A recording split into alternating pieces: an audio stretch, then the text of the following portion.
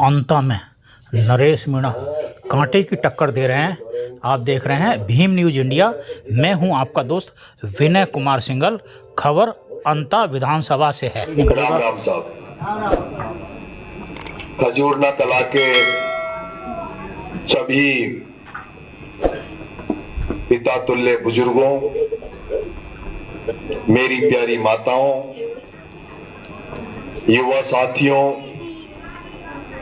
प्यारे बच्चों, आपके गांव में चुनाव के लिए वोट और समर्थन मांगने आया हूं। और इस जोश और उमंग जो देख रहा हूं, इससे मुझे लग रहा है कि खजूरना कला एक तरफा मत पेटी को भरकर नरेश मीणा को भरपूर आशीर्वाद देने के लिए चाहिए।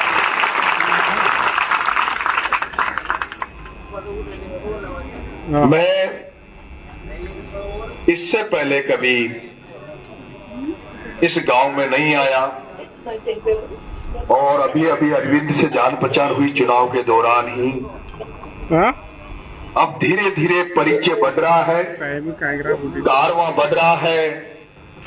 रोज नए नए पढ़े लिखे बच्चे, जागरूक किसान जो चाहते हैं कि हाड़ौती में भी शोषित पिछड़े गरीब किसानों की लड़ाई लड़ने वाला व्यक्ति होना चाहिए, वो तमाम लोग आज हमारे साथ खड़े हो गए।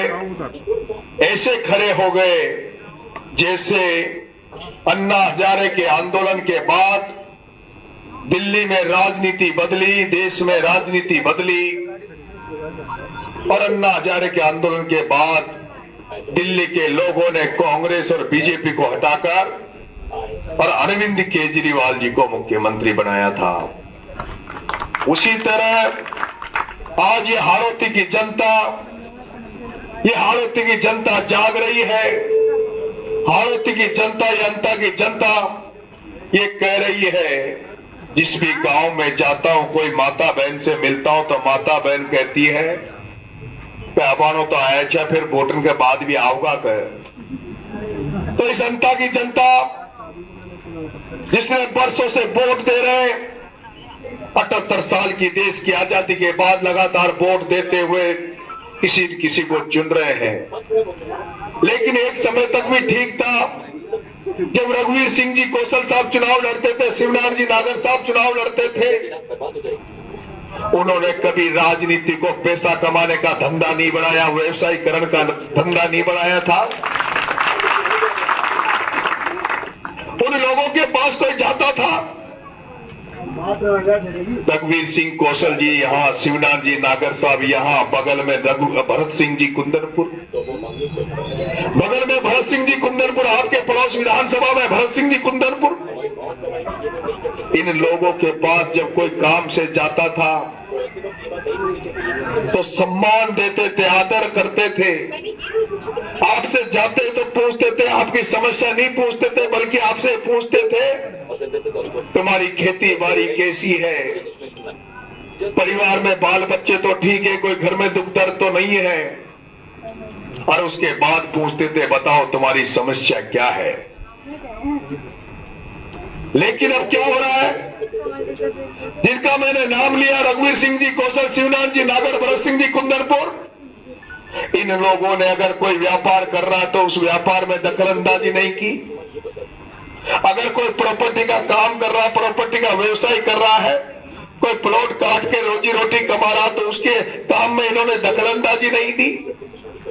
इन्होंने कोई कर्मचारी अधिकारियों को कभी कोई दखलंदाजी इसलिए नहीं की क्योंकि इन्होंने कभी किसी थानेदार, तहसीलदार, डिप्टी से कभी 1 रुपए की बंदी ये लोग नहीं लेते थे, ना रघुवीर सिंह जी, ना शिवनाथ जी, ना भरत सिंह जी। और यही कारण है कि रघुवीर सिंह जी कौशल ऊर्जा मंत्री रहे, बड़े बड़े मंत्रिमंडल के पदों पर रहे, भारतीय जनता पार्टी के टिकट बांटने वाले पद, प्रदेश अध्यक्ष के पद में रघुवीर सिंह जी रहे। शिवनाथ जी नागर साहब बड़े बड़े ओहदों पे रहे, बड़े बड़े पदों पे रहे। भरत सिंह जी कुंदनपुर साहब सरपंच से प्रधान बने, प्रमुख बने, उसके बाद विधायक बने, उसके बाद पीडब्ल्यूडी मंत्री, पंचायती राज के मंत्री रहे।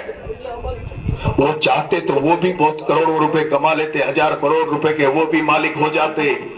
लेकिन शिवनाथ जी नागर के घर गया, नीचे भैंसे बंध रही थी, ऊपर सोयाबीन सूख रही थी। शिवनाथ जी नागर ने तो उनकी तो राजनीति के चक्कर में जमीन बिक गई थी। भरत सिंह जी कुंदनपुर साहब की हालत आपके सामने। उनका बेटा, एक जो आदमी पीडब्ल्यूडी मिनिस्टर रह जाए, जो आदमी पंचायत राज का मंत्री रह जाए। मुझे अभी जेल में, मैं अनशन पे था, तब मुझे पता लगा उनका बेटा तो 7 लाख रुपए साल की तनख्वाह पे नौकरी करता है। 7 लाख रुपए साल की, जो मास्टर से भी कम तनख्वाह होती है। ऐसे ईमानदार लोग थे। अगर जो ईमानदार जो लोग अगर इस यहाँ आ जाए, मोहल्ले में आ जाए, कहीं दिख जाए, तो जनता का उनके आगे सिर नतमस्तक हो जाते थे। सिर झुकाकर जनता उनको सम्मान देती थी। लेकिन अब राजनीति का क्या हो गया? अब राजनीति किस तरफ पर जा रही है? जिनको आप वोट देकर राजा बनाते हो, जिनको आप वोट देकर राजा बनाते हो, मालिक बनाते हो, कि अगर हमें थाने में कोई काम पड़ जाएगा, तहसील में कोई काम पड़ जाएगा, गांव में कोई काम पड़ जाएगा, खेत खलिहान में कोई काम पड़ जाएगा, तो हम नेताओं के पास जाएंगे तो वो नेता हमारी मदद करेंगे। लेकिन आपने 5 बार से प्रमोद भाया को वोट दे रहे हो, आप कई वर्षों से वोट दे रहे हो। क्या कभी ऐसा हुआ है कि जब आपकी समस्याओं का निवारण किया गया हो, आपको सुना गया हो? अरे आज तो राजनीति ये हो गई, अगर नेता एमएलए बनने के बाद अगर तुम्हें नेता से काम पड़ जाए तो गांव में ठेकेदार ढूंढना पड़ता, दलाल ढूंढना पड़ता कि फलाना दलाल लेकर जाएगा, फलाना व्यक्ति उसके पास लेकर जाएगा। फोन डायरेक्ट कर नहीं सकते, गांव में वो आते नहीं है। बड़ा आदमी के घर में मौत हो जाओ तो बेड में आ जाओ, चाहे गरीब के हो जाओ तो उनको कोई फर्क नहीं पड़ता।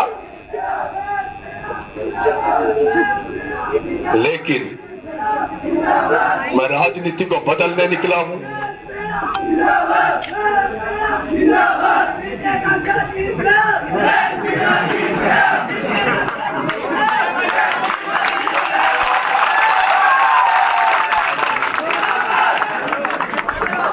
विराज जाओ, सब विराज जाओ।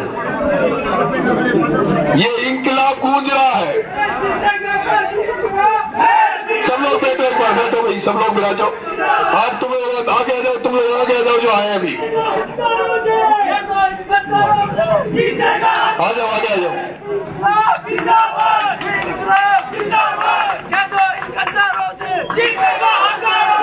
बैठ जाओ, बैठ जाओ, विराजो, विराजो भी, विराजो।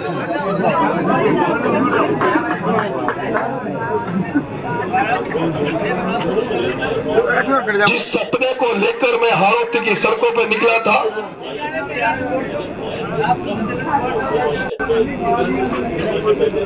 जिस सपने को लेकर मैं हाड़ौती की सड़कों पर निकला था, जो ख्वाब मैंने हाड़ौती की जनता से सजोया था, आज मैं उसको पूरा होता हुआ देख रहा हूं।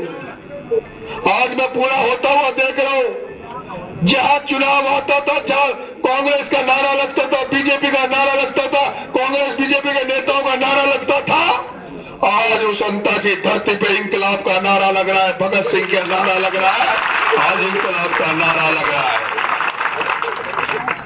जहां कांग्रेस बीजेपी के नारे लग रहे थे, वहां इस चुनाव में 6 जवान 6 किसान का नारा लग रहा है।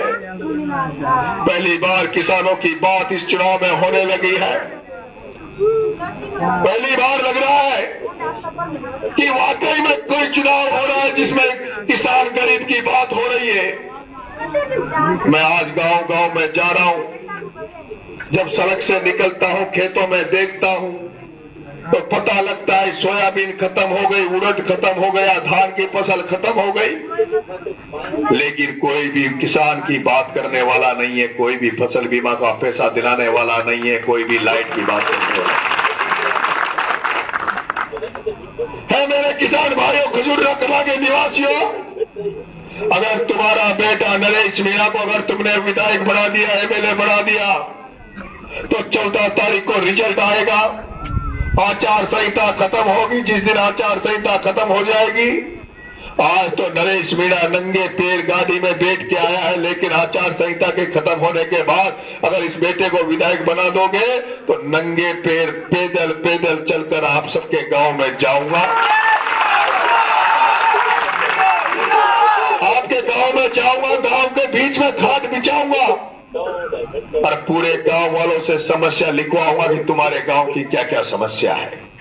जब पूरे अंता के गांव में जा जाकर पूरी समस्या को लिख लूंगा, उसके बाद 12 जिले के किसानों को फसल बीमा को लेकर प्रवर वसत परियोजना का नहर का पानी सुंदलक थामली तक पहुंचाने के लिए चौकी बोरदा मामला मामली से लेकर जहां भी वहां भी तक नहर का पानी नहीं पहुंचा, वहां तक नहर का पानी पहुंचाने के लिए उन तमाम मुद्दे, चौक आधारी का पावर प्लांट, मोतीपुरा छबड़ा का चौकी का पावर प्लांट, जिनमें बाहर के लोग आकर नौकरियां कर रहे हैं, गडेपान की फैक्ट्री में बाहर के लोग आकर नौकरियां कर रहे हैं और हमारा युवा बेरोजगार घूम रहा है,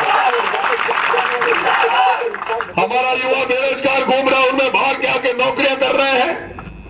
उसको लेकर खाद की किल्लत जो हो रही है, खाद के लिए हर साल जो किसानों को लाइन में लगना पड़ता है, एक कट्टे के 1800 2000 देना पड़ता है, उसका परमानेंट इलाज कराने के लिए, लाइट की समस्या का परमानेंट इलाज कराने के लिए, और राज्यों अंता में जो भ्रष्ट अधिकारी कर्मचारी बने बैठे हैं उनको परमानेंट यहां से खदेड़ कर अच्छे अधिकारी, अच्छे कर्मचारी, ईमानदार कर्मचारी अधिकारी यहां लगाने के लिए जितने भी मुद्दे हैं 12 जिले में, उन सारे मुद्दों को लेकर 1,50,000 आदमियों को लेकर आपका बेटा कलेक्ट्री में झंडा लेकर बैठ जाएगा, किसान का ट्रैक्टर लेकर बैठ जाएगा। और जब तक बैठा रहेगा, जैसे मैं जयपुर में उन 7 बच्चों के लिए आमरण अनशन में बैठ गया था, भूखा बैठ गया था, 15 दिन तक भूखा पड़ा रहा, हॉस्पिटल में पड़ा रहा और कह दिया जब तक उन बच्चों के परिजनों को न्याय नहीं मिलेगा मैं अनशन नहीं तोड़ूंगा, हम अनशन नहीं तोड़ूंगा। और वो भी आपने देखा है कि 12-12 लाख सरकार से दिलवा दिए, उनको सरकारी नौकरी दिलवा दी और जनता के सहयोग से उनको 1 करोड़ रुपए दिलवा दिए। जैसे पिपलोदी के 7 बच्चों के लिए, पिपलोदी के 7 बच्चों को न्याय दिलाने के लिए जैसे नरेश मीणा ने आंदोलन करके उनको न्याय दिलाया, उसी तरह से 12 जिले के एक किसान को पैसा, फसल बीमा का पैसा दिलाने के लिए, एक व्यक्ति की मदद करने के लिए, एक व्यक्ति की समस्या को दूर करने के लिए नरेश मीणा कलेक्ट्री पे धरना देगा। धरना 1 दिन का नहीं होगा, ज्ञापन देने का धरना नहीं होगा, धरना तब तक चलेगा जब तक कलेक्टर एक समस्या को, अंता विधानसभा 12 जिले की समस्या को दूर करेगा। क्या आपको मेरी बातों में सच्चाई नजर आती है? जिनको मेरी बातों में सच्चाई नजर आती है वो हाथ खड़ा करें। सबको लगता है मैं सच बोल रहा हूं? ये इसलिए लगता है, इसलिए नहीं लगता कि मैं बोल रहा हूं इसलिए सच लगता है, ये इसलिए लगता है कि 25 साल की राजनीति में 1 रुपए का दाग नरेश मीणा पर नहीं लगा। 25 साल की राजनीति में 1 रुपए का दाग नरेश मीणा पे नहीं लगा। हजारों लड़कों की सेना साथ में होने के बावजूद भी नरेश चाहता तो जयपुर में 100, 200, 500 बीघा जमीन पर कब्जा करके हेलीकॉप्टर का मालिक हो जाता, 1000 करोड़ का मालिक हो जाता, लेकिन आज दिन तक 1 रुपए का दाग नहीं लगने दिया। ईमानदारी से राजनीति कर रहा हूं। और पिछला जो 14 बार जेल गया, जो जनहित के मुद्दों पर लड़ते हुए 14 बार जेल गया, 32 बार मुकदमे खाए, इसलिए आपको लगता है कि जो आदमी जनता के लिए मुकदमे खा सकता है, जेल जा सकता है, पिपलोदी के बच्चों को न्याय दिलाने के लिए जो भूखा रह सकता है, तो अंता की जनता का भी विश्वास करके काम जरूर करेगा, तुम्हारी मदद करेगा। सारे करोगे, मुझे जिताकर भेजोगे। जो लोग इस चुनाव में मेरी मदद करेंगे वो दोनों हाथ खड़े करें। जो लोग मदद करेंगे, सेठ जी मदद करोगे? पक्का सेवक? बहुत बहुत धन्यवाद। राम राम साहब। जय हिंद जय भारत।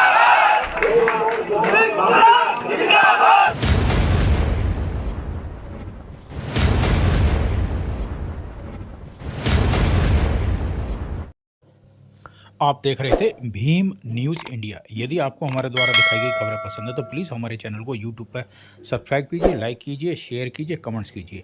आने वाले नोटिफिकेशन के लिए बेल आइकन का बटन दबाना ना भूलें। भीम न्यूज़ इंडिया के फेसबुक पेज, ट्विटर यानी एक्स और टेलीग्राम पर भी आप फॉलो कर सकते हैं। बने रहिए हमारे साथ, देखते रहिए आपका अपना लोकप्रिय चैनल भीम न्यूज़ इंडिया।